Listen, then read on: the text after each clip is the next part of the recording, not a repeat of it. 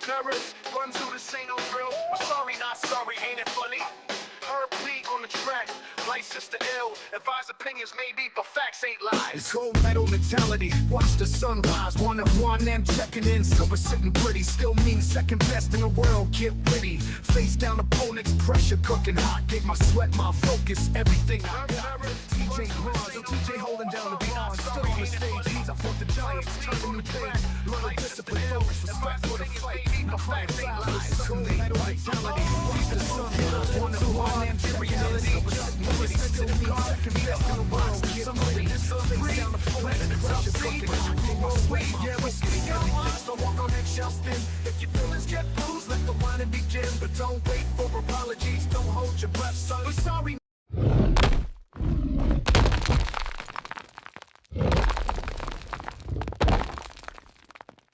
This is the Warehouse 15, and the warehouse was not in the warehouse because they were out and about at the AAU Championships in Salt Lake City, missing Vegas.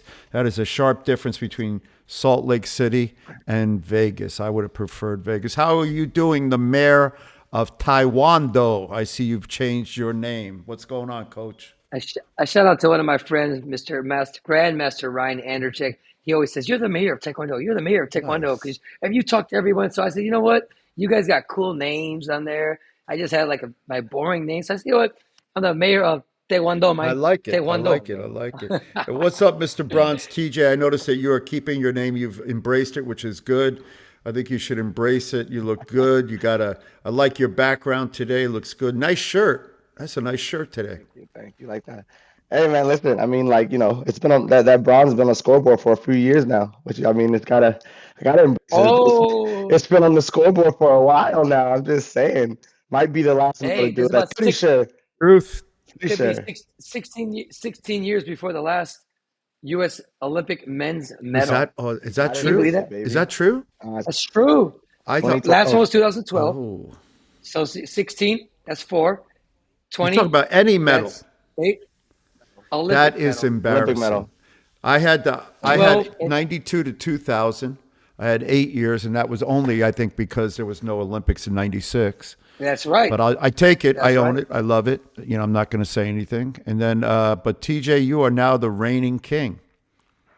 Yeah, bro. That's You amazing. need to change your name. King Bronze. King Bronze. King bronze. I like that. I'll Not switch to King that. LeBronze. man. King LeBronze, TJ. I've been arguing with my boy about LeBron since like the last 6 weeks. I got a young kid on my team too. It's just they're psycho when they had to start this conversation between LeBron and Jordan. And there's no It's what crazy. conversation? It's MJ. crazy. I don't MJ. know, man. It's MJ. I don't know. You could I've talk had enough about of it. though. It don't matter, but it's MJ. Yeah, It I don't continues know. to I be don't know. MJ. But like you said, we had the AAU MJ. Nationals this week. Yeah, MJ. TJ. Bronze TJ. We had the AAU Nationals this week. I think I was there for 3 days. Kind of long and short days all at the same time, but it was overall I'll say an experience.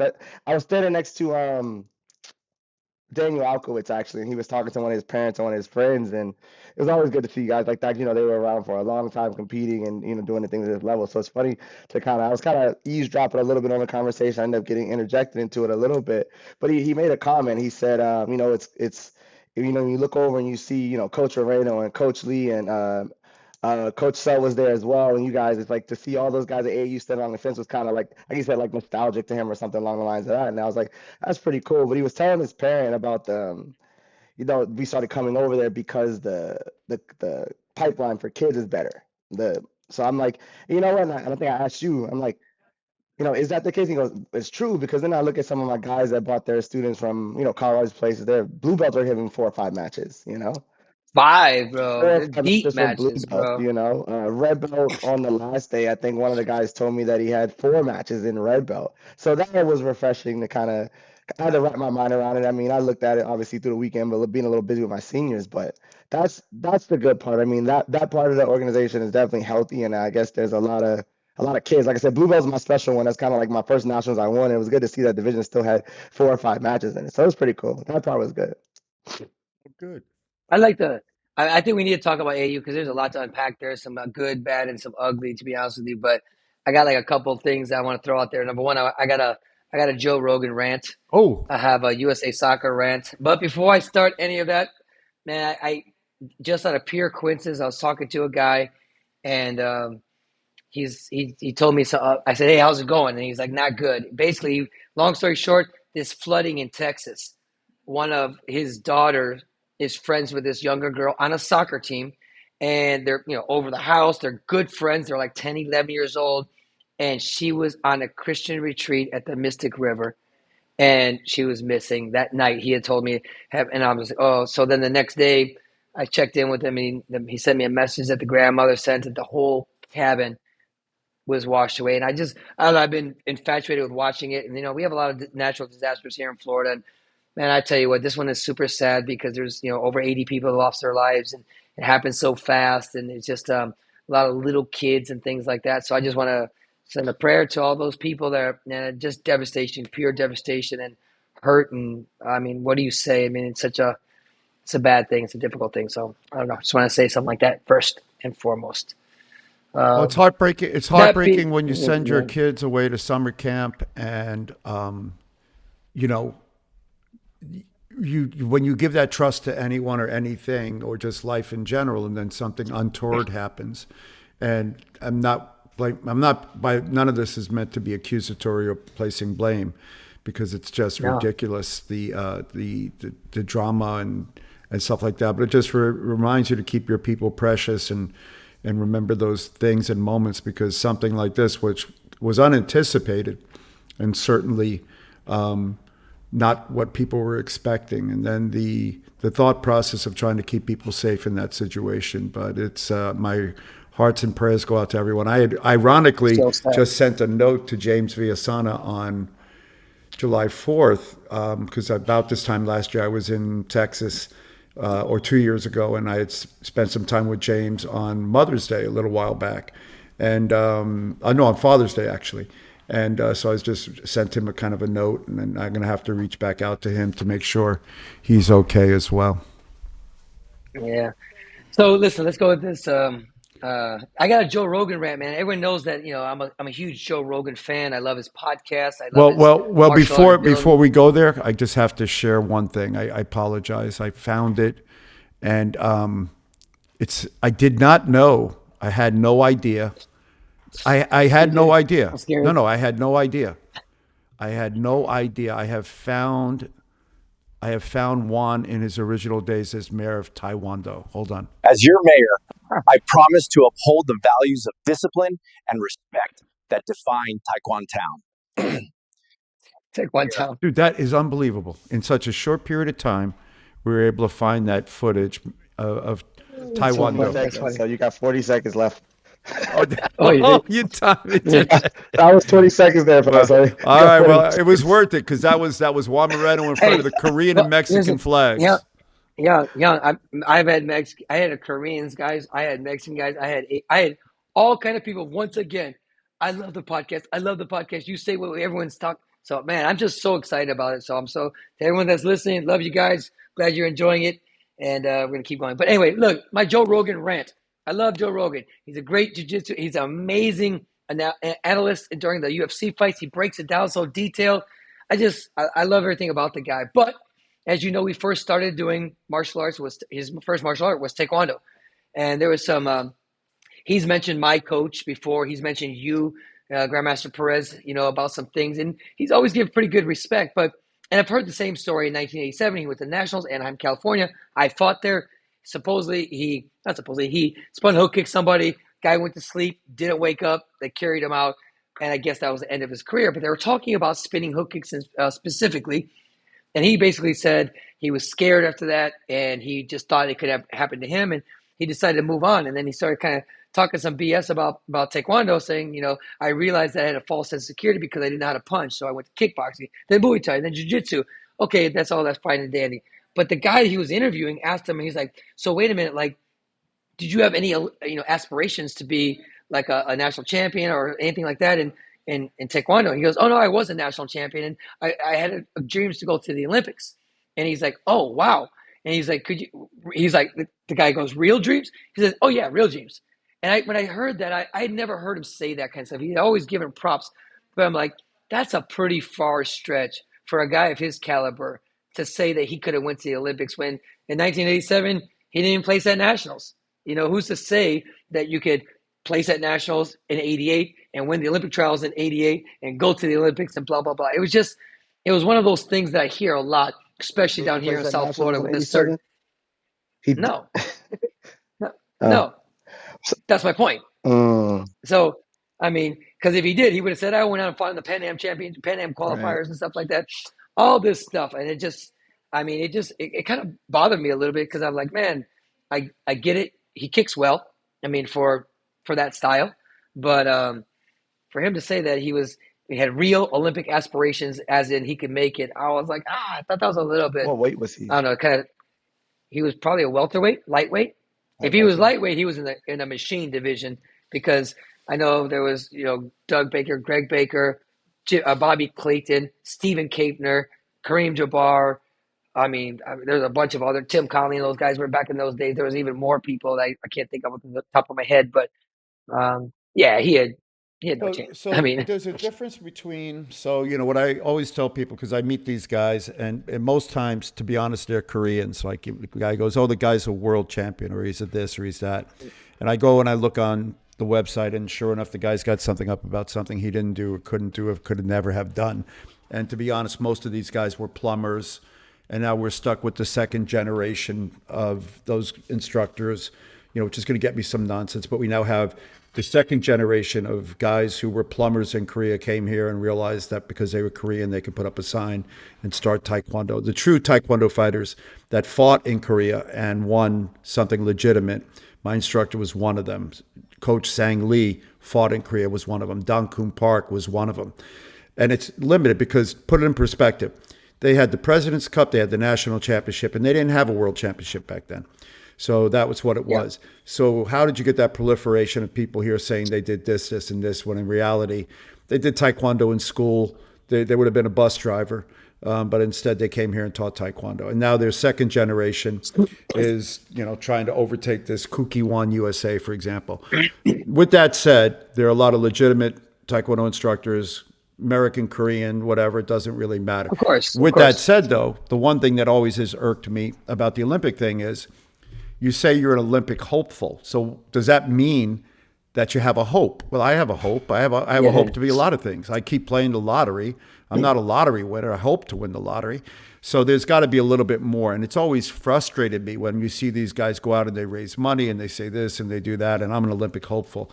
You got to kind of get on the playing field and be a player, and then you got to get to the top 1, 2, or 3, or 4. So I've always respected Rogan only because he said kind things about me, right? On his podcast, he mentioned me as one of the guys he had watched and was a guy that could kick and knock guys out, and I always respected that. It's unfortunate that if he said that recently, what he said, because showing up at one nationals and doing anything is one nationals doing one thing. You know that it took us, I don't know how many times. Especially in that era. Especially in that era. It took me, I started fighting nationals in 82.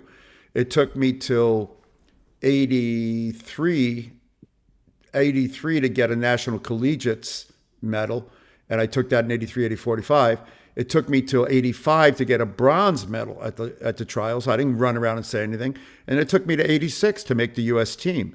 And then for the next 6-8 years, I was the guy. What took you so long? Dude, it was hard. It was, I didn't you don't understand how. I thought there were a lot of bronze medals on the way to this whole. I did it too. None of them in my house. I don't have any of them in my house.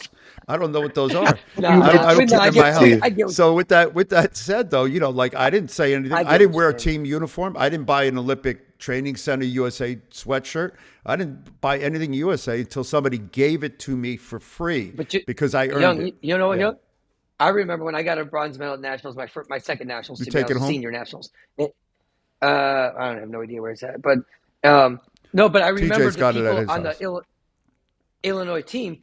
People were excited for me. They were so excited for me, and I was like, "Dude, I lost." I didn't really understand how hard it was because I did break in a little bit earlier. But listen, I know it's a rant. We're going down a rabbit hole, but for me, I was a little shocked that he said that kind of stuff because like I said, I love the guy. I think he's so cool. And he's on the edge of so many good things, but that one kind of threw me Well, off a little it's bit. I nice. was It's listening to it nice this to see morning. a guy in his defense. It's nice to see a guy that loves what we do as a sport, whether it's MMA, jiu-jitsu, whatever you're doing, kung pao chicken. He likes it. He's a fan. He's made a ridiculous amount of money being doing comedy, doing a TV show, doing this. So I never sweat that. And he came from my Yeah. area, right out my way, and he stepped in. But don't confuse being a fan of something with being able to do something, right? Yeah, So I yeah. like I love Yeah. soccer, but stand out there on the Transition. stand out there on a goal line and let somebody kick a penalty kick at you, and then you'll really Good. understand. So you don't pretend to be a goalie, right? So So anyway, I'll but let you guys go. Thumbs up or thumbs down? Was he good? Thumbs up for good. Thumbs down for bad. Was he good? Down. I'm gonna say it's bad. if you back I'm gonna then it say was back then it was tough to be good because there were a lot of guys out there that were great, and in those two divisions in particular, at least one of those but divisions, lightweight was but I'm stacked. gonna but I'm gonna say, like, if you didn't place at nationals, how can I say you're good? You gotta show up to be up, right? So you can't. You gotta. If you didn't. If I mean, I hit a lot of guys and hurt a lot of guys, and the last thought in my mind until 1991 was, ouch. I never thought that could have been me. And the other thing I never said was, oh, I felt sorry for the guys I hit. In 91, that's what I'm yeah, saying. Like, 91, I finally felt no, sorry because it was a friend of mine. And then I realized I had maybe one more year to fight and I should retire. That's a weird that's what was so statement. confusing to me. If you listen to this, when he said I thought about it at the end of my career, he goes, I was young, I was doing for free, I wasn't making money. I'm like, but then you went to kickboxing, then you went to Muay Thai, which are technically a little bit more brutal, and then you went to, I mean, jiu-jitsu, which I think is obviously more technical, blah blah Yeah. blah. But I don't know. Well, what was his I just, it record? was a What was really his strange. record in those? Did he compete in those? I don't think he ever Oh, competed. To be honest, after that, to his credit, he just said he was looking for martial art awareness and stuff. He kept on, taking that next step. He realized that kickboxing was much better because they could kick. But then he could realize he could use his taekwondo against the kickboxers because they didn't know how to kick. And then he was like, then I went to Muay Thai, and I'm like, oh shit, they're kicking my legs. Like that was open another thing. And then he did yeah, jujitsu. He said, I think he started jiu-jitsu like the year after the UFC started in '93, yeah. and now he's Yeah. very I hate accomplished. to I don't like whatever they call it, throwing shade on people. I think is what you guys call it now. But I don't like to do that. Like I read all these posts. I'm on TikTok and all these other things, and then I see these posts by these guys. There's some guy Taekwondo Fury, and he posts this nonsense. And I try. I don't know the guy, so I actually comment on his nonsense because Home, he's horrible. But and homeboy, then this weekend he was popular. This weekend, listen. The He was good guy this weekend. the guy sucks at Taekwondo, to be honest. But Say that. how do I say it? I just said it. He sucks at I Taekwondo. mean, like, have you watched them fight at all? At ever? Taekwondo Fury? No, I Yeah, watch his that videos. kid. If that's Yeah, yeah. his best at Taekwondo, he sucks at Taekwondo. I don't have it Yeah. doesn't have far reach for me. But like the Via The guy, I confidence, watch just Gus Via's videos, and his Taekwondo's probably good. Damien. Yeah, but like there's stuff that he puts up that I'm like, yeah, but I don't say anything because he's actually good at Taekwondo. So he's one of the few guys out there that does both sides of the fence and seems to, be able. I hold myself back from saying anything because I have a lot of respect for his dad. But at the end of the day, if you're hook kicking the body, conversation's over for me. So I don't know to say. That's today, though. That's a I, whole. I I'm not gonna do it. I you won't do know, it. I won't. I won't hey, do it. I won't do it. I understand. I understand. I understand. okay, okay. I got it. I got it. I got it. I got it. if you're a vegetarian, conversation's over for me. You're not a meat eater. I got nothing to say to you. So You Hey, just I had said a little girl, a vegetarian. 10-year-old at dinner what? that told me, she's like, I don't trust anyone that's a vegetarian or There doesn't you eat meat. go. I You're was like, raising her right. You're raising her right. She said I wasn't my vegans. daughter, it was just You're somebody. raising her right. Whoever She that was is, you're funny. raising her right. So Yeah, yeah, I'll tell yeah. her. I'll tell her. That's But funny. you want to get into AU?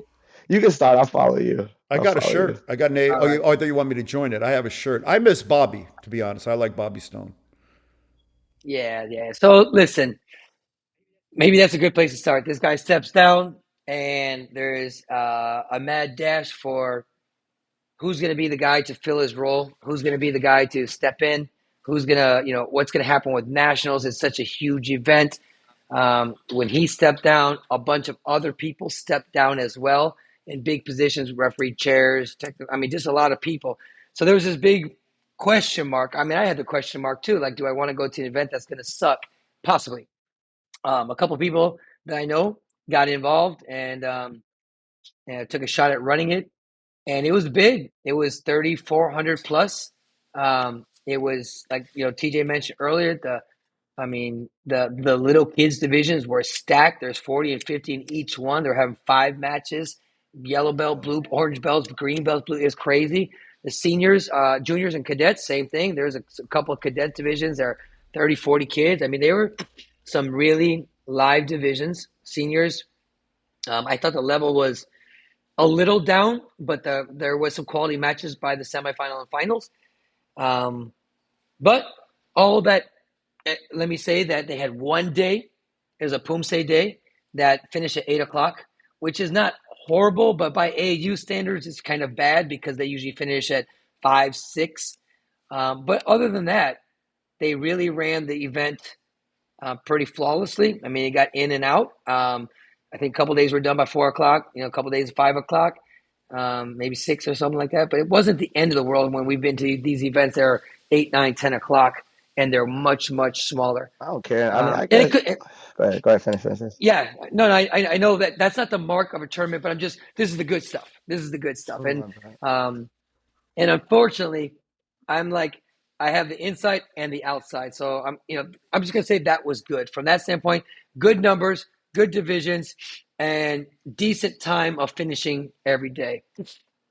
For the bad, TJ, I'll let you start on that. Unless you got some good you want to go with first. Oh, no, my good was just I think like you said the grassroots divisions being kind of packed with like the yellow belts. You can bring a yellow belt there or a green belt there and a blue belt there and actually find some matches. And for the most part, they weren't like exhibition matches. They were like people in the same division, same weight, same age, all that stuff. So that was pretty cool. What do I start?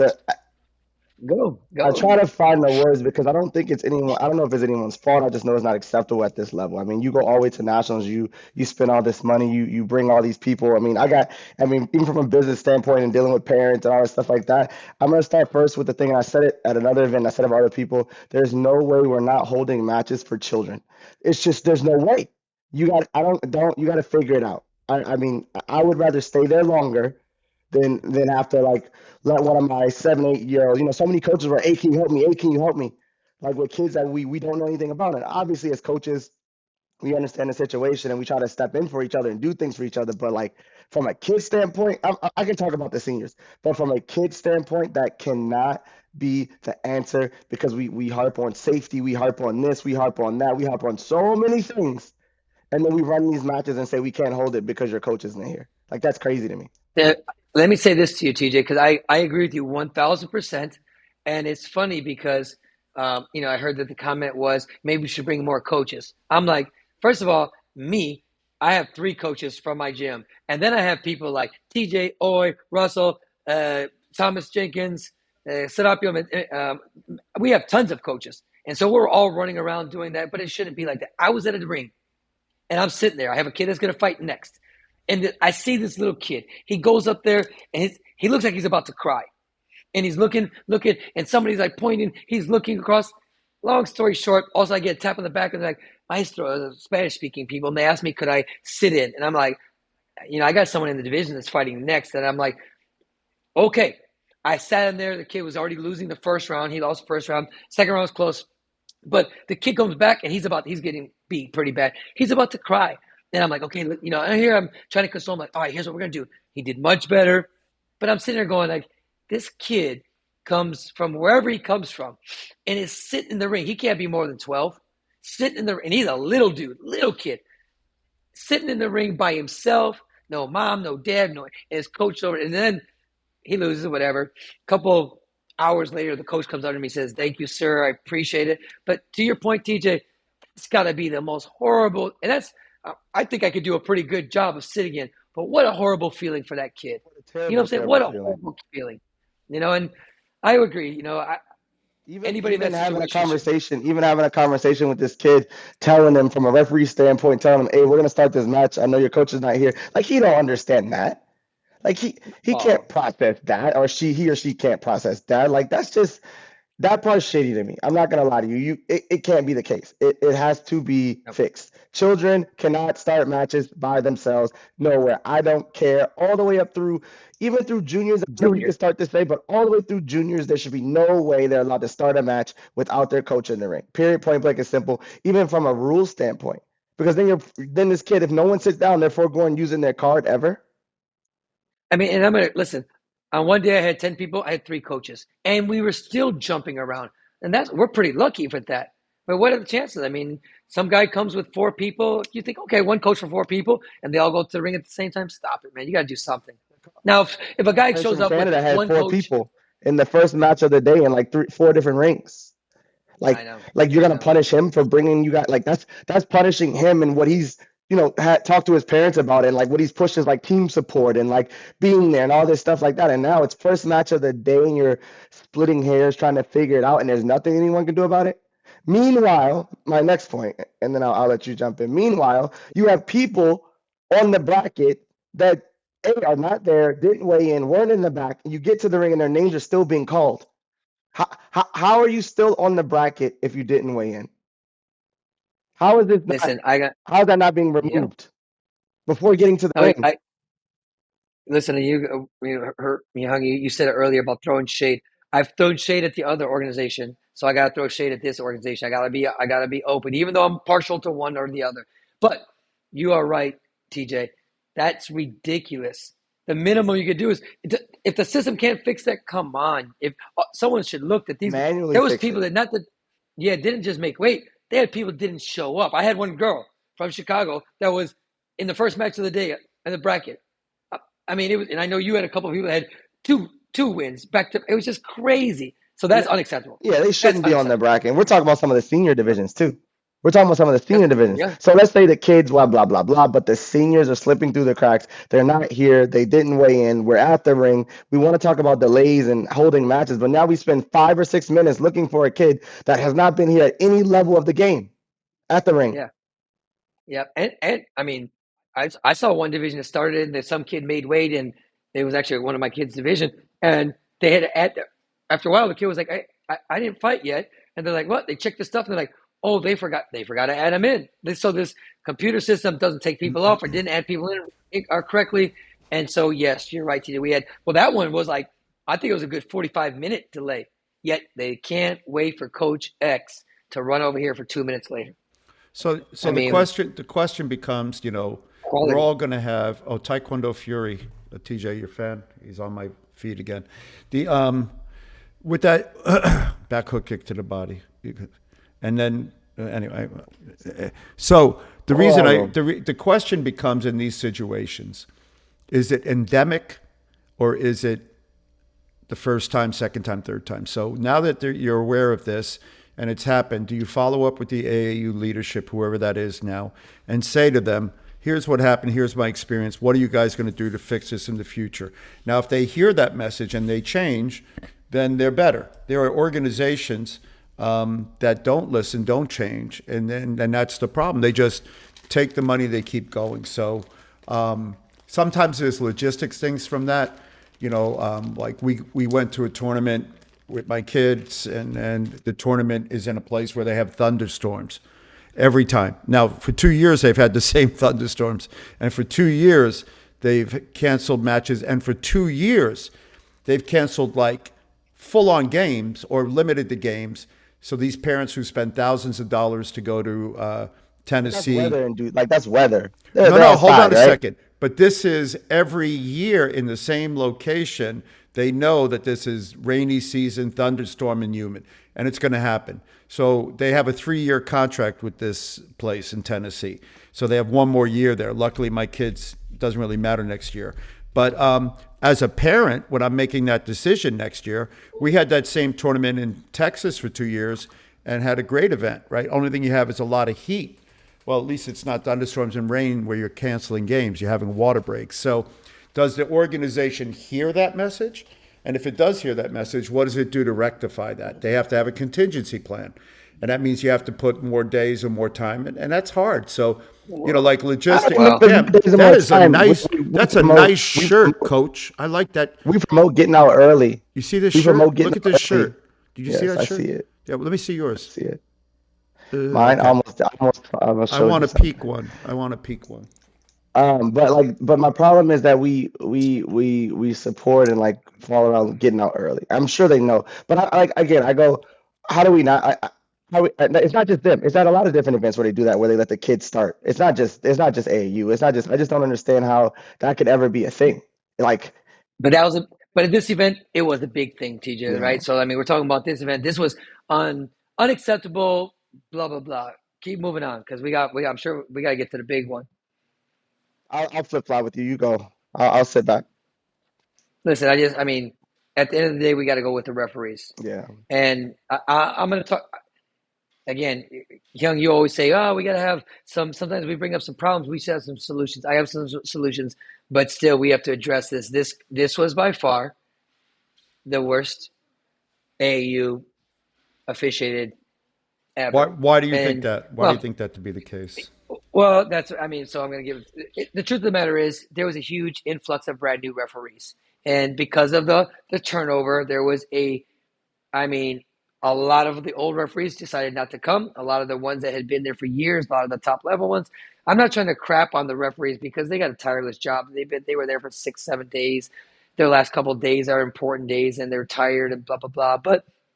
But I don't even think it was that they were tired. I think that there was a lot of miscommunication, a lot of ego, a lot of not understanding the rules, a lot of, when I say ego slash not working with the coaches, literally trying to, I mean, you know me, I'm not very good when people like look at me and tell me to sit down like I'm a fucking little kid. I mean, that doesn't go over with me real well at all. I mean, I don't care if one of you guys did that to me. It's not going to be fun. And when I see this people, and I not only that, when I see about 20-year-olds looking at people doing that kind of stuff and giving that look in their face, like if you don't sit down, I'm gonna smack you, and they're 20 years old. I mean, But I'll start it there. was bad. There was one coach. There was one coach that was something was being protested. Maybe there was a card going on. Let's say there was a card going on, and he's literally talking to his athlete in the free time. Has his athlete listening, blah blah blah. And he's like, "Yeah, do this, do this, do this." The referee turns to him in the center and tells him to be quiet, like calm down. And he responds, he's like, "Don't tell me to calm down. I'm talking to my athlete." Like there was no reason he wasn't talking to the ref. There was no fighting going on. But to think that they, whatever their interpretation of the rules of how a coach should act, it's twisted. It's confusing. And then you have, and then you watch them. You're gonna tell me they made, in their eyes, you'd have to say they made no mistakes. So I'm watching cards and I'm watching people lose cards and I'm watching weird things happen. You're gonna tell me you don't understand anyone's frustration. So you're saying, because what we're saying is they read the game completely wrong, right? I watched the game being read wrong the entire day, from the fake low kicks to the random holding calls to people getting side kick as they extend their arm and the punch scores to people punching and the other person standing still, and then they put it on the other side and you try to explain to them what the procedure in that situation is, and they're telling you. And unfortunately for them, I've been able to sit in a lot of chairs at a lot of high levels. So I have a very good interpretation of the rules and what is and what isn't. And it's like when I listen, I have to walk away at some point because I'm like, dude, you don't even know the rule. You don't even know the rule. You don't know how to handle the rule. You don't know what it's supposed to be interpreted. And I'm going to go to the other side. They were allowing some of these coaches to like protest things that weren't protestable or protest a protest. What are we doing? So the worst, like what I do is I just vote with my dollars, and I know you can't do that at the AAU, but what I will say is this. Historically, one of the worst tournaments here locally, and it's a prestigious tournament because it's at Stanford, and only the name Stanford gives it prestige. And the guy that used to run it was this second-rate has-been player that never was. Timmy Gormley was his name, and Timmy had the world's worst referees. And they were horrible. And he was terrible at Taekwondo as well. But he was so full of himself and taught the referees, who were basically college kids, most of them little brainiacs that went to Stanford. And I would sit in that tournament or the match things, and I'd see them misinterpret the rules, and I'd finally get up and just have enough. And I go and talk to Timmy. who hates to be called Timmy, by the way, but he's my junior, and so I'll call him Timmy, and I think he's like a second degree or something. And Timmy would empower these little jerk-offs to believe that referees were superior when they didn't understand the rules. And so I just got to the place where I didn't let my people go and don't let my people go. And now that Timmy's gone, it's still bad. But that's because when you got to understand where you're getting referees from. And when you get referees from a place where they, unlike judo, to compete, if you want to ref a certain level of judo, we've talked about this, you have to have had competed at it and made it to a certain level. So if you want to be an Olympic ref at judo, you had to make it through the first half or the first, or pretty high up in judo as a competitor to referee at that level. And it depends on the level you have to. But the moment where you, and I learned this from Sifu Vizio, the moment where you enter the ring and you allow that person to judge you, you might be a world-class competitor, you might be an Olympic champion, you might have an 18-year-old kid who doesn't understand the rules refereeing. And so as a coach, I don't sit in chairs anymore. Why? Because I don't want to let this little snot-nosed kid who doesn't understand the rules, never fought, judge me. Now, the AAU needs to hear that message. They have to fix that. In other words, you've got to educate your referees. And when you lose people, life is inevitable. You're going to lose people, political, whatever, and people are going to leave with those people. You know, unfortunately, every time I left the room, nobody left with me. I was left alone. But in this situation, it's something to be addressed. If the referees don't understand the rules, can't enforce the rules, and can't interpret the rules, and then you have high-level coaches who are sitting in chairs and people that are spending thousands of dollars. I mean, I like Salt Lake City, but I would never go to Salt Lake City unless there was a reason. You know what I mean? I'm not going to Salt Lake City. But I guess if they did it with a little bit of grace, because we as coaches are threatened with yellow cards and warnings and slapped on the wrist, and we got grown ass men being forced to apologize for conversations and things and debate. That's crazy. Right. Like let's stop. That's what are we doing? Like, I understand you want, as a staff member or the people in charge, you protect your people. You want to make sure that it's fair on both sides. But don't forget how important the coaches are and everything too. We're not gonna sit here and like take this. We're watching the game. You know how many coaches bit their tongue? You know how many conversations were had? They're like, oh man, if like it's this yellow card thing and there's only played on one side. These referees made a lot of mistakes. They did a lot of weird things and a lot of weird situations. I had one guy stopping the match. The people were fighting. He would stop the match just to switch positions and then say go. Can you imagine? I want you to think for a minute. Can you imagine if there were a job that you had anywhere in the world where you weren't evaluated and you weren't challenged and you couldn't be promoted or demoted? The only job like that is the Supreme Court and apparently refereeing. Steve Kapner and I, back in Copenhagen World Championships, Steve did an evaluation of all the refs. And then we had that video review of the refs where we would overturn the calls or uphold the calls with a referee, high-level referee, and a high-level athlete. I'm talking Pasquale, Hadi, me, Kapner, sitting in chairs alongside of them. We overturned 60 to 70% of the calls. At the end of it, we came up with an evaluation of the referees, which was, after that, we never saw it again. The reason? Because they wanted to be immune. They thought they were the Supreme Court. And when you put people in a position of absolute power corrupts absolutely. And that's why you got Philippe, whatever his name, still in charge.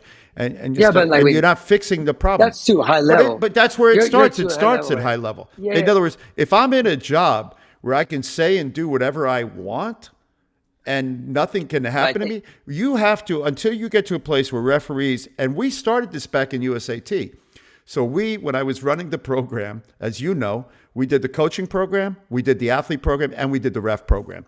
We had a program where we could videotape the matches. We could see what the refs were scoring. And then after the match, we could do an evaluation and use it as education. We weren't trying to use it as punishment. I'm saying, okay, now you had a ref there, sit with them and say, you pressed the button for that. Was it a mistake or why? What's your justification? Well, nobody else pressed it. And that's life. But if the referee is pressing that button 9 out of 10 times, you got to educate the ref, and then you get a better ref. If you don't have an education process, where the only thing refs back then were learning were warnings. They didn't learn how to score a point. We were the first group trying to teach them what a point was.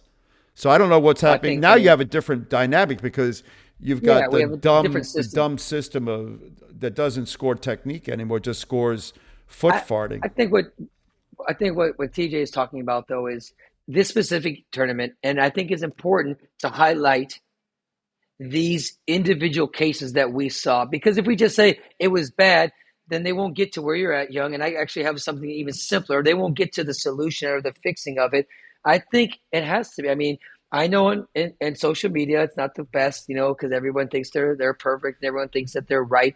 But there was a lot of very good comments criticizing for different calls, different situations. And, I think of, what are you doing? I'm gonna pull up something because you mentioned it, Go ahead, go ahead. and I'm gonna pull Oh, up what is this. this? No, I think. I'm gonna. Oh yeah. So This is here's a case in point, right? And this is embarrassing on so many different levels. Besides the fact that, this was the last match of the yeah. day, the last of the So tournament. here's the match. Boom! Look at this dude fall. Watch the scoreboard. Count. So for No those of you scoreboard. that are just simply listening, what we had here was a picture of a player getting full on kicked in the face, knocked to the ground, basically on the verge of being unconscious, and no score, no point. And then I'll let no point, and he's being counted out. By the way, being counted out. I'll let you pick it up from there, Coach. No, I mean I'll get to that one later. But I Oh, mean that was later. Just then it was let me then close what I was saying. I yeah think it's again. yeah. I think the only thing that got me through that weekend, I'm telling myself, my new motto is you don't know what you don't know, and I can accept that as a reasoning behind things. But then as you approach the game, like you said, when not only the rules are being interpreted wrong and calls are being made weird and punches are being scored and things are being allowed to protest and calls are not being made and the wrong calls are being made, you kind of go, okay, at least have a little humility in the process. And I think they go the exact opposite. They go like, this guy's got to be wrong, or look at him, he's angry. You know why I'm angry? Because I do this as a profession. I do this every single day, Monday through Saturday. I go to trip after trip. I have coached at big tournaments. I have coached at the World Champs. I have coached at Grand Prix in the Olympic Games, and I'm sitting here trying to watch and figure out the game because the goal is to win. And all the coaches in Taekwondo know the goal is to win, and we are smart enough to play around the rules and change and focus on the match at the moment. But you watch these guys, and they just have no decor about it. They really think that they have rights to tell you to sit down in situations where you're 100% right, or you're being forced not to use your card because you know they're going to get 100% wrong. Like it's crazy, and that's where my issue comes in right there. Now I'll add that too. Listen, I've coached a lot, a long time too, and I know, sometimes there's good calls and bad calls. And I was holding, he was pushing, and it's a matter of interpretation. Why call it now when you haven't called it the whole time? Again, all that I hate to say it, but I can live with it. I really can. But what I can't live with is what you said. That's a great point, TJ.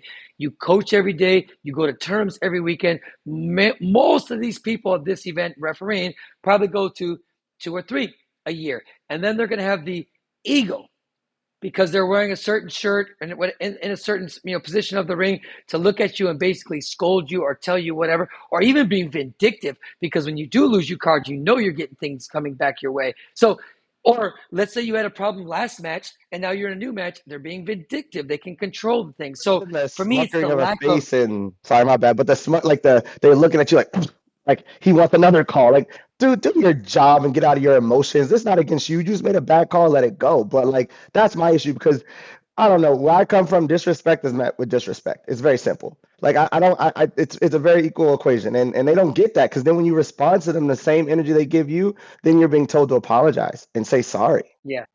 You know. Yeah, that's what you're saying. Like, it's not held to the same standard. Here we are, professionals doing what we do. I would say most of us, and these guys are volunteers, and I'll get into that in a second, and very amateur in what they do, and they still will, have these kind of emotions and facial things and ego power things. I mean, I don't really review too much. I've reviewed so many no come John for my player. I'm basing on what you called grabbing, pushing, falling. I mean, and I won so many of them, and I know it killed them to come back and give me my damn card. You know what I'm saying? Like, and normally I'm like, but I'm like, no, enough of this. I mean, I had to throw my card at a few people. At the end of the match, I had to grab my card and look at the center referee and be like, you You need to learn the rules, and you got to quit trying to control the match and win or lose the match for the athlete. The guy looks at me, and I'm like, yeah, I said that to you because these guys are fighting beautiful match. Everything's going, and go figure, the guy that's winning gets a bad call in the last 15 seconds. You haven't called shit the whole event, the whole match, and now you make yourself seen. And it wasn't egregious. It wasn't like he wasn't everything that was happening in the first 30 seconds, the first 60 seconds, the first 90 seconds, and now here we are. And guess what? Bravo, Mr. Referee. You just gave somebody a match and took somebody's match away, and feel good about it. That's horrible. Horrible. So that last kick you showed, back to that the last kick you showed, right? Yeah. So it was then they had to so they reviewed so it didn't score. Obviously, he said look at the score, but it didn't score. From what I understand is they reviewed it and then they came back and X'd it. In what world is that an X? Like I don't even understand. The medic should have been called. He should have been counted out. He should not have probably continued. He was on all fours, past the number of counting. Like he was hit. So this is my guy that did one of my guys' coaches. My coaches, it was his guy, Young, and so we can't hear you. We can't hear you. The reason it didn't happen, they weren't used to seeing anybody get kicked in the face. So that nobody ever gets kicked in the face with power anymore. So they were confused because it was like a unicorn. It never happens. And when a guy actually found down from the blow of the kick rather than just having his feelings hurt, they didn't know what to do. Young, that was ultras too. That was one of my Did they try coaches. to disqualify the athlete? No, actually, my junior. That was another thing. Juniors. There was a kid in 74, a shorter guy in 74, and he hit this kid. I think it was like a potter check inside or a round kick to the body. And this boy went down to his knee, and the referee's just telling him to stand up. Everyone was like, count. But it was a hard body shot. He ate it, laid there, and they just let him get away with it. And I don't know if they gave the gom john. They might have said his hand was down before he touched the ground or something strange. Yeah, man. Yeah. There was a lot of that. So, yeah, I think. Listen, the lack of respect, both ways, and the lack of level was unacceptable for AAU. I know AAU has a. So let me go back to some solutions. Young, you were talking about big, kind of things, but listen, the only excuse I'll give is I know there was a mass exodus of referees, and to get this 20 ring event going, the referee chairs or whoever they had to go out to their states and just work hard to get people to come and certify them at the state level, work a little bit, and then they threw them into the fire. So that's an excuse, but it's not an excuse because that's your job. Our job is to prepare. Our job is to win. It's your job to prepare these people to referee properly. So can it get better in the future? I hope so. I think that AAU is in a leadership limbo. Like I said, I know there was like 3 people that were assigned to this competition to get it done. Listen, they got people registered. They got people through the event. It wasn't a complete disaster. And so now we have the big question, because I will tell you this, and I'm one included. If it's anywhere close to this, you'll never see me again. There's no reason to. You'll never. And I'm a fan of AAU. I want to be there. I want to help. I want to put my 2 cents in. I'll do whatever I can to see it succeed, because I think it could be something unique and something special with the amount of people, the amount of coaches, and there's a lot of knowledge that usually gets listened to. So, but it's going to be dependent on what you said, Young, the leadership. Are they going to listen, or who's it going to be, and how are they going to utilize the resources that they have? Because the other organization, they don't utilize their resources, and look where they're at. Not in a good situation. But you can't. So yeah, you can't coach and play through that chaos. That was probably one of the most hectic coaching days ever, because I'm in limbo of trying to not get in trouble, not to rip the mats up and throw them over the fence one by one. Like you're just watching, and then I guess I want them to prioritize the athletes. That's it, because I think it was the second day or something. They told them now. Well, they brought the divisions out early, and then told them they couldn't kick or warm up at the ring. What do you want them? What do you want them to do? What do you want them to do? We've taught our kids to warm up and stretch and be ready and get focused and all this stuff, and now we go out early, and that's a good thing because we end early. I don't care if the event runs efficiently and it officially has to run till 10, 11 p.m. I don't care, because it's the game and the athletes and the things that are going on that day that are more important. I get it. Nobody What wants to they be there wanted all the kid day. to do is go to that little back area and warm up and then come back. What That's what back they wanted. area? Oh, on the other Right side. behind the Yeah, but they want yeah, him to stay at yeah, the ring too. yeah. It was so It much would going on. depends on one of the sides. Yeah, it was so much going on. Yeah. We went from being at the ring to not being at the ring to, I think that creates a lot of chaos. I mean, I think it makes it easier, like we were talking about before, to get everyone in the same place at the same time. But I know, for example, my kids, like for example, they went out to the ring, they won a match, and then they said, let's say they're match number 9, they're not to match 21. So I'm like, go in the back, sit down, don't be sitting right in the ring. Check on the ring, make sure, okay, when it's about 15, start kicking a little bit, come back at like 17, 18. So now, in case there's any quick matches, you're ready. But we have a little bit more experience, we have a little bit more understanding with our athletes, but a 10-year-old green belt, he's not going to know how to do that. The parents are not going to know how to do that. So there was just a lot going on, and there was a lot wrong. That's what's weird. TJ, me and you talked this morning when we were talking earlier that sometimes a result isn't indicative of a performance. Just because you win, there's a lot of stuff that went wrong, and you kind of got lucky to win, or vice versa. You lose, but you fought really well. This event, I think, finished good on paper. Like when you said, "Oh, we finished at 5:00." Okay, great. But the inner workings of it was rough.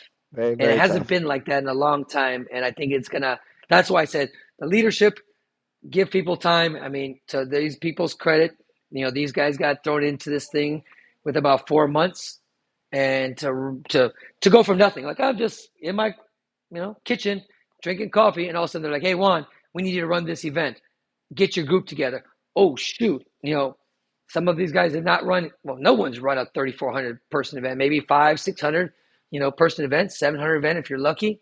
But that's, I guess a 7-day tournament. I would have loved to have seen Big. someone tell the referees to try to limit their interactions within the match. Like I could almost deal with the no calls over the too many calls and all that stuff like that. I don't know what the approach was. I don't know what the conversations were, but it just seemed like I'm gonna say from this first day I was there, Thursday to Friday to Saturday, it progressively got worse. And maybe because it got to the seniors and it's easier to see and it's more impactful, but like it just seemed like it progressively got a little bit more like rough. Listen, tired. They were tired. They were inexperienced. The level is better. The coaching is more important. I mean, there's a lot of things that just like you said, added into that problem. I mean, for me, I have an easy solution. Okay, you bring those people in. I think referees have to understand that they are part of the system. They are part of the brand. They work with people, not against people. You are not on your own. And yes, there's always going to be a little adversary because the coach thinks he's right. The referee made their judgment call in the heat of the moment. Sometimes okay, I get that. But for me, it's like if you make a mistake, sorry about that. If you made a call, sorry you didn't like it. That's the way I saw it. But there's a ways to make this better. I mean, look. I'm not a referee. I can't tell you what angle to put your hand at, all that stuff. But I think if someone had the conversation with them and said, listen, your job is to not be seen. You should call egregious call. People fall down, call it. People go out of bounds, call it. People leg check, call it. Holding, pushing. I mean, okay, if you see it for real, but there's a hold and a push on every single clinch, just like in the NFL, just like in soccer. We just watched USA Soccer. The ref let these guys kill each other for the first half. But okay, we know that's how it's going. So I think that if they understood that they don't have to show every deduction that they've learned in the match, let it go. Let these guys fight. Let these kids fight. I think if you call less, people would be more happy versus calling more. You know what I'm saying? I think if, like you just said, if it's stuck to my issue is the procedural stuff. I watched matches and the referee didn't know how to start the guys. He had both of the kids facing each other face forward instead of turning them sideways. So they actually hit the chest guard. So the kids are trying to like angle their foot to get, and it's just like, so we don't even know how to start the match. And then I guess the other thing Or was, finish. or finish the match. Finish. Just Like, go like this. They're like, Chung Hung, bow out. yeah, There's someone no would more of that. spin, someone would spin, both referees would stand up in the corner and go, two, two. And for whatever reason, the center ref would still take out his card and go to the table. I'm pretty sure if they both agree, it's on the other coach the card to stop the match. But that's important to me because sometimes a cardio thing. Maybe we're down and this other guy's tired. Now we got a 3.5 minute break because you just ignored the two people in the corner. That's what I mean by 100%. structural and procedural stuff that like just made it like Yeah. messy. You know what I mean? That type of Yeah. stuff. But But what they're trying to think about is, I'm doing the right thing because I'm not sure. Let me go check. Do you understand? But that's why I think they that's just not need their a little bit job, more is it? procedure. That's the Their job corner is to try to refs. get it right. The corner refs. I mean, the corner refs both said 2-2. They're both calling it. I agree. I agree. I mean, I'm just giving you like devil's Yeah, I advocate. I agree know. with you. I mean, that should be obvious. You know what? They should just take it there, and then he could be like, "Look, wasn't my call." And you're right. If the other coach goes, "No, he didn't spin." Actually, That's we how it did that. works, though. We did it with Coach Lee got in the clinch, and some kid did one of those little back whip kicks and hit him in the head. And the referee, they put two. I'm like, hey, he didn't spin. He didn't spin. He just flipped his leg around, and it kind of looked like it if you didn't pay attention. And when they reviewed it, they were like, good, no 2 points. I was like, and both corners gave those 2 points. But to your point, it was up to the other coach in that situation. Yeah, I think that was the thing. I think it was just the uncertainty of the rules and things that made them kind of like, again, all the checking, all the switching. I mean, I had people like in the middle of the fight stop it to go check where the people were located in the ring when they stopped it, and it's just like, but they're still standing. It was just too much. Like you said, it's just too chaotic. It's too crazy. You can't coach at that level, let alone coaching little kids at that level, because everything you said probably looks wrong to them. You know? A, B, C, D, or F. D minus, D What do minus you say? D. D, may, I mean, if you want to give him like a C minus because of the I A for said C effort minus. syndrome on a curve, but I A for mean, effort. but like, come on. I mean, that was a lot. I'm watching matches. I had to leave places at a match time watching matches being judged, and I'm just like, this is not even my match, and I'm getting like emotionally invested because it's like, there's no way this is Or going this way. I was watching like one coach, and I'm kind of like this. I was like, oh, I don't know. Then the call would go against the other coach, and I'm like, oh my gosh. Same thing. I was just, before anybody looked at me, I was like, let me go to another ring because I felt bad for both coaches, man. Like, I don't know what to tell you guys. I don't know I what to think tell you. one coach thought I was like kind of giving him a hard time or something, and I'm like, dude, I didn't go have a conversation with him, but I'm just looking in like of like how deep in the levels of this call went to the changes and the switches and what they're doing. So I'm just sitting talking like the same thing, mouth covered, like I can't Hey, believe it. you know what's funny? I'm not gonna lie, I didn't have that many bad calls. Nothing out of the ordinary. I had like maybe one ref that I thought was a little bit weird, maybe two, but it wasn't like really bad. I saw a lot worse for other people than me. So I can't I can't say I was one of those guys, but I did see a lot. So refereeing was tough. Again, I'm not trying to bag on the referees because I know they're volunteers. I know they're young. I know they're doing their best, but The athletes rule, the rule train for hard and sorry, I'm gonna cut you off. The rule for headshots when they look at the video review, they look for the contact. If for whatever reason they can't see whether it's scored or not, they keep the card. Correct? Like that's the thing. I think that's silly. I mean, it's like it's like let's say when the video is recording or whatever, it doesn't record, they give you your card back, right? yes, Right. yes, But that's if the it. video But is playing and the kick is not seen and we only have one camera, then I lose my card and we just move on with the day. see, that's why I think, like, under the circumstances of one camera, Yes. that's not fair. Because then you're like, it's like saying, I got only punch right here. I should be able to punch everywhere. So, but if you're in a real tournament, they got two cameras, front and back, and they can't see it. Hey, you lose your card. Or if you got three or four cameras, they can't see it because it was a weird angle. Too bad, man. But in this situation, yes, they should have. Do you think Man, I wish I could remember this do you think one when they referee look for that I head thought was contact, awesome. they look at where the foot hits? I'm sorry. Okay, when they review for head contact, when they review, they're just supposed to look at it to see if the foot made contact with the head, correct? Doesn't matter if it hit the front, side, back, middle. It doesn't really make a difference, right? Man, I'm sure someone says, "Oh, it hit the spinal cord of the back of the head." I I don't think know. that's what's It should happening just too. be if it hit.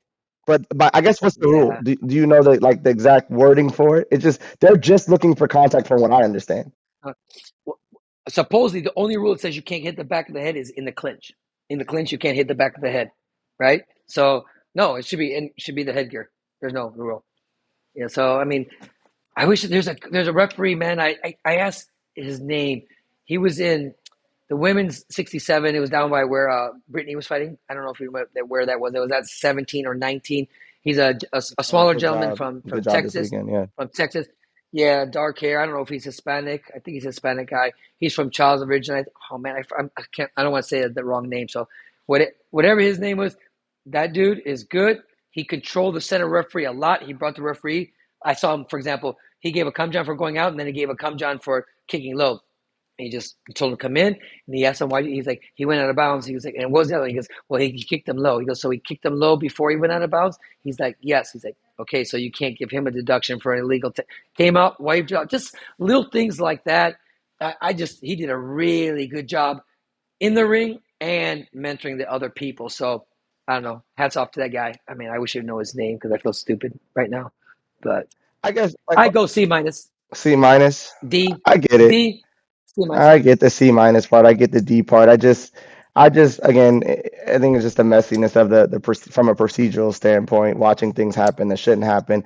People getting away with things that we would never get away with at like the middle level tournaments at an open. Like there's certain things that, as much as we like to argue with the refs, there's sometimes like they are right when they tell us to be quiet. You know what I mean? And then you're watching like guys hold up matches because they're misinterpreting the rules and like they're arguing with them and they're trying to convince them and they're trying to convince them and everybody's trying to convince everybody. But it's like there's a set of rules for a reason too.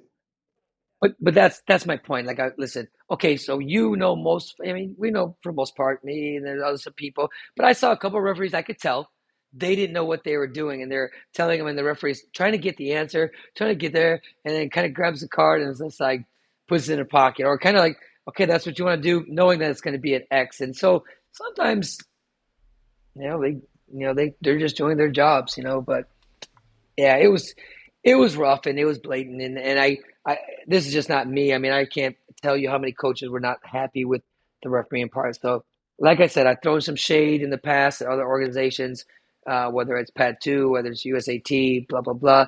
This time I got to throw it at the AAU. I mean, granted they had to build this thing out in 3 to 4 months. Granted they had to get a bunch of new people, but nevertheless, it was a tough one to swallow for a lot of people. But So um, how do you USAT is in 2 weeks. Yeah, we'll be there. Well, how do you fix slippery mats? Because I think someone needs to send a long email and let them like give them the procedural, chat GPT it, look it up, how you fix slippery Taekwondo mats, because this is the second or third year I've been to the AAU and I hate the mats.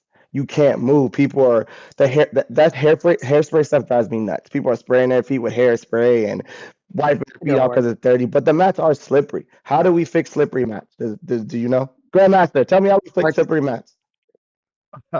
So the only thing that fixes slippery mats is wear and tear, and we've all competed on slippery mats, and humidity exacerbates that problem, and so there's not a lot you can do about it. We're in Salt Lake City.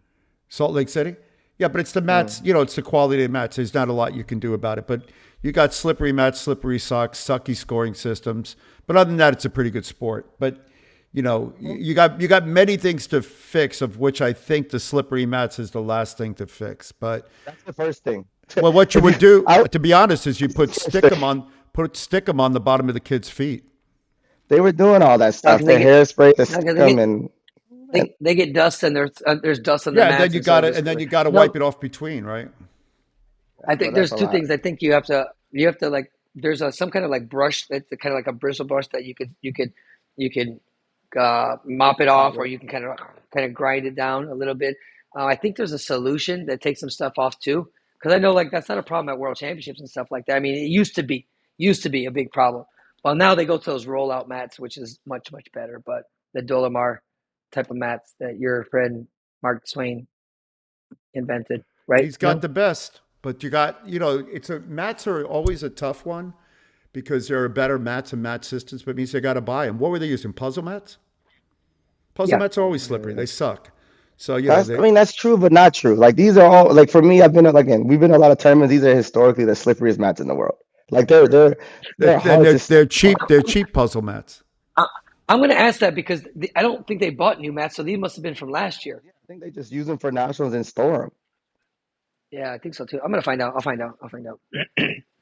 Well, Um, did you want to talk about the next, soccer thing? Oh yeah, I want to hear this. yeah, yeah, just real fast. Listen, the USA man was disappointing yesterday. They got whooped by Mexico. They scored the first goal in the first 3 minutes and 30 seconds. They scored a beautiful header. I was like, all right, it's gonna, be. But after that, ball control. Mexico had all the play, all the possession, all the passing. The USA, in small spaces, have horrible touches. And it's funny because my brother-in-law's a big soccer fan now, and he was saying, the new coach from Chelsea came in. He's Argentinian, Can't think of his last name. He's got a Tichanino or something like tough name. But he said he was brought in to have small touches, to have little faster breaks, more ball control, and we didn't see any of it. Now there were some people like Pulisic, how to pronounce his name. He didn't play, he's their main offensive center guy. He plays in Europe, and so I'm not quite sure why some of the other big stars didn't play. If that was his plan, was to give people experience and minutes in a memorable and meaningful event. But man, they look bad, which is interesting because before this tournament started, they lost like 4 games in a row, and they look like crap. Then they started running through this tournament, and they looked up to pick up some steam. But last night, they looked like a bad team. They looked really, really bad. And Mexico had a 16-year-old kid on the team, bro. 16-year-old kid. Who was killing it? Who was killing it? He played really well, really well. What was the score? 2-1. But the truth is that Mexico came out and they played a very aggressive game, and they were attacking from beginning to end. They were attacking the ball in the other side's last third, and they were aggressively playing. And that's a style of play that is prevalent in the East Coast and in Europe that the Americans aren't used to playing. And so you watch the Americans who didn't know how to play that style, because that style is played mostly on the East Coast and in college. And these players are playing in academies that don't play that style necessarily. And then you had this guy who was a forward, and I don't want to speak badly about him, but he sucked. He didn't run. He didn't attack. The guy up front, the African-American kid who was with a W, 600 feet tall, can't run. He's slow, no skills, no touch. And he missed every time he got a 1v1 on the goalie. He basically gave it to the goalie. So that guy, as they were saying on social media, he shouldn't be on the team next year.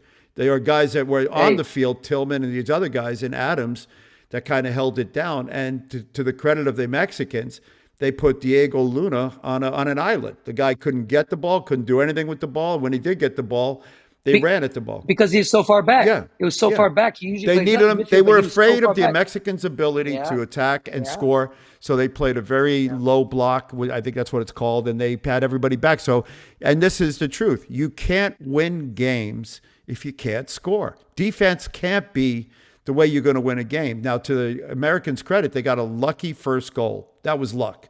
The ball went high, hit the post, went in the goal, and it was a goal. And to the Americans' credit as well, there was a handball. That was a handball. No doubt it was a handball. It wasn't called. It was a very physical game. I mean, it was basically roller derby.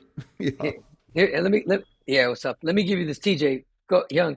So you have a great, like one of the most giantest, biggest pipeline of youth involvement.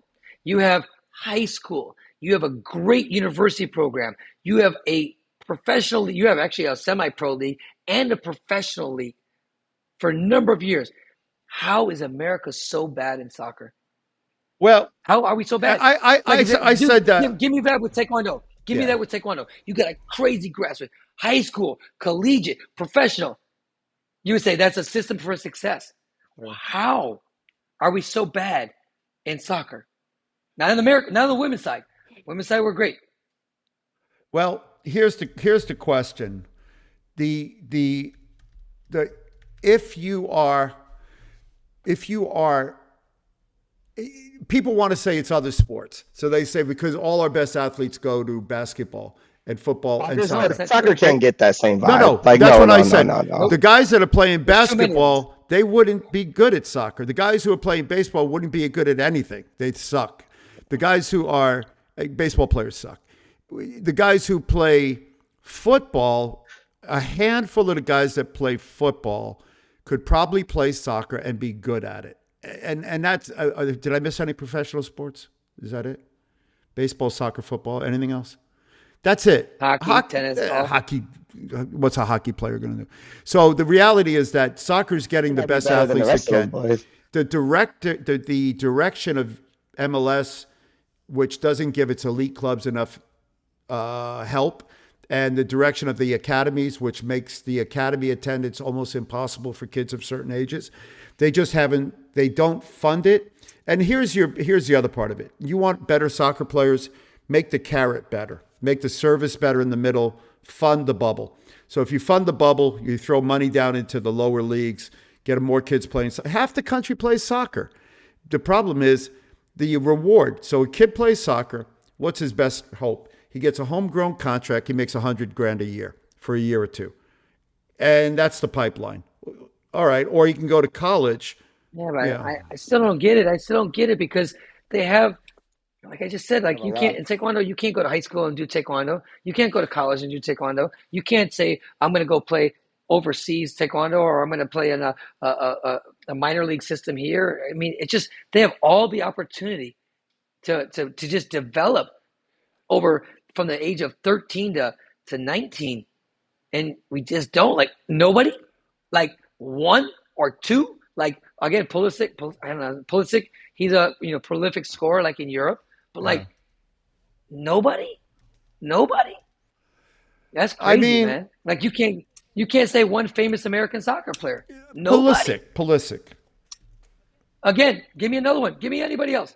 Anybody. I have this conversation endlessly, and the reason I have it endless. Landon Donovan when he was decent, but like there's two. Yeah. There's gotta be. It's mind-boggling. It doesn't make sense to me. I want it to make sense to me, and it's not money. Yeah. It's not opportunities. It's not training. Is it coaching? Is it just we just don't have it?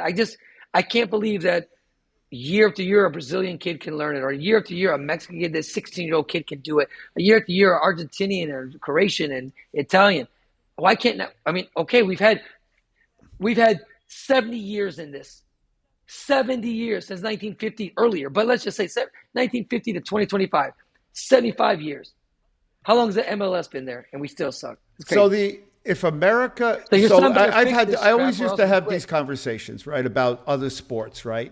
And so I had this conversation with a friend of mine who was the president of cross-country skiing. And, I've told you that before. And how many people do that sport? Well, the problem is that cross-country skiing they said they could never win a medal. And I said, what does that mean?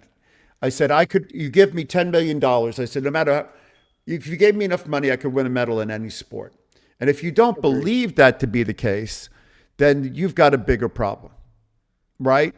And my problem is you can win a medal in any sport if you put the right energy, time, and effort and education into it. So America's got to make a choice now to be good at soccer. And so like take my son, for example, right, which we always talk about. I know drives you guys crazy. But my son right now is in Japan training with a professional team. Why? Because to do that same thing in the United States would tie him to a professional team. So if I did it with the Earthquakes then would hold his rights all the way through senior year of college. He would have to take a contract with the Earthquakes if they offered him a contract, and he couldn't go into the draft.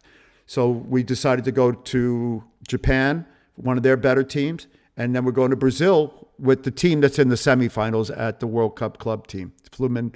Tomorrow. Yeah. 3:00. And Fluminense. And so that's what we decided to do to get my son. Now, if we were really hardcore, we'd send my son to another country to live and train with their academies, because even their third and second level teams are better than most of the MLS's professional teams. Now, that's not throwing shade on the MLS. The problem is, like, if they're not going to put, like, I love the Earthquakes. They scouted my son. They want him to join the U18 team. So right now I'm going through an inner conversation about whether that's in the best interest of him moving forward. Great team, great coach, great history, FC Dallas. Love the guy. He's really one of the best. But that it pigeonholes your son or daughter. So to be honest, the clubs here have to do a better job of grooming the kids, raising the bar, and doing stuff to get people to want to be here. So Inter Miami, great club. But Red Bulls, great club. All these clubs have great programs. But then the majority of the other MLS programs, what is it called? LAFC, LA Galaxy. So what are you doing to give kids a realistic Charlotte, path? don't forget about them boys. Charlotte, my son's teammates is going to Charlotte right now. This kid Mateo. Honestly, I enjoy their games. I had tickets for a little bit. I think we talked about it before, but the crowd is fun. The stadium is the Panther Stadium. It's nice, wide open. Yeah. It's never overly packed, but what else are you doing in Charlotte, right? I mean, that and going to the dentist. Teaching Taekwondo to everybody. Anybody want to come, I'll give you the address. You have a dental plan? But I mean, All USA right. Soccer, the reality is that, and you know this, yeah. If you watch, I watch PSG play. Who did they play in the quarters or the semis? PSG played another really high level team. I can't remember who it was, but when you watched PSG play, it was the German team, I think. It was ridiculous. Like the level of soccer was That's my point. unbelievable. And then you watch Real Well, Madrid play, and these are club. well, Real Madrid is playing PSG in the semifinals on Wednesday, and tomorrow it's Fluminense in Chelsea, and that's It's going going to to be be. games. It's real games. But, When hey, you watch that level of play, yeah, watch tomorrow because you're going to see two different distinct styles. So the English style yeah. and Well, obviously the well, Brazilian style. It's going to well, be pretty cool. go back and watch the Mexican USA game just for 10 minutes. And what you'll see is this. The difference between Mexico and the States, Mexico played one touch. The ball hit the player's foot, he sent it somewhere. He was scanning before he received the ball. And America was trying to play a build-out game. And you can't play a build-out game against that kind of game. You can try, but the reality was the Mexican ball handling was superior. The Mexican shots on goal were superior. And it was a superior style of play. Yep. Players, then it's the play. All right. Well, You're saying it's not the players, it's the play.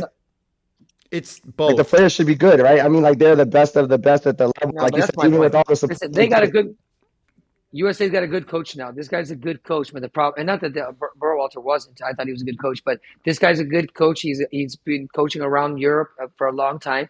He's a good coach. The players can't play right now at that level. They can't do what he wants them to do. That's a fact. Yeah. I mean, what was the German coach? My gosh, he was a famous Klinsmann. Klinsmann's a famous, World Cup, two-time World Cup champion in Germany. He's like a legend.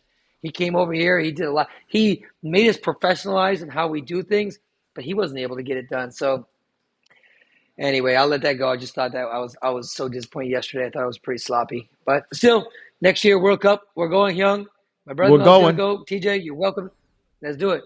T- That'd be fun, man. Go to a World Cup game. How about TJ, that? do you still have a car? Or are you a horse and No, buggy I guy bought now? like 6 horses. 6 horses. I got a black one, a white one, and a mixed one. So I decide which one I want to ride every single day. I'll let you borrow one if you come out here. I got this little donkey. He don't got no teeth though. Hey, young And three. TJ, he's going to USAT Nationals. It's in California, right? I Gotta don't want to hear go. this. I I'm hear not he's going. going everywhere that I always hear, and he never shows up. It's in LA. It's Ontario, baby. I Let's heard he's, go. Where I is heard he's, It's a it? hop, skip, and a jump for you. I heard he's scared to go. When is it? When is it? 2 weeks. My 2 my weeks. students are going with my coaches. If I go, I'm going to have Man. to. I don't want to go to jail. I'm going to have to slap somebody, right? Yeah, wait for me. I can't go because somebody's going to say something stupid, But you would think that they would have sent a ticket to their one of the people that has won an Olympic gold medal for him. You would think that there would be something. I'm a lifetime member. California. I'm the guy that designed the California programs for him. in California Yeah. Heights. Well, I don't want to. Exist, I don't want to. Nothing's happened. I don't want to go because I'll be casting shade, and it's hard when a bright star like me gets in the room. It dims the stars of others. Yo, guess who's the AU? Let me finish Yeah. with this. Guess who's the AU? Who? Dae Sung Mi. Well, where's he living now? China. Oh, he's still in China? Yeah, there's a rumor he might come back to the States. He said, but he doesn't know yet. But it was great to see him, man. He was so nice. He was so complimentary of. He was talking about history. Why was he at and the AAU? he was helping there was some kind of like management system program that he was kind of peddling or helping, trying to tell people that it's a great system. So I don't know. I had sent him a note. I talked to him a little while ago. He had told me he wanted to come back, and I offered him to come back, but I didn't hear back from him. I heard he might. So let's see. If he does, it'd be It awesome. would be nice to have Good him to see back. I again. told him he could come back and run my school in Mountain View. All right. All right. Well, I think we've killed it. It's been an hour and 15 minutes. This has been the Warehouse 15 with the Mayor of Taekwondo and Taekwondo, and with Bronze TJ, who has embraced his bronzeness both in his dress, Now we his cheating. room decor, KB, King Bronze, King King Bronze. They'll be up King- next week. King Bronze. King LeBron's TJ. Nah, No, stop, please. This has been I'll just leave my name off. Oh, come on now! Don't get. Is your mom going to call me again? This has been. Tell your mom I love you. Tell your mom I love you. Is your mom going to call you? Call me again. Yeah. All right. This has been the Warehouse 15. We are out.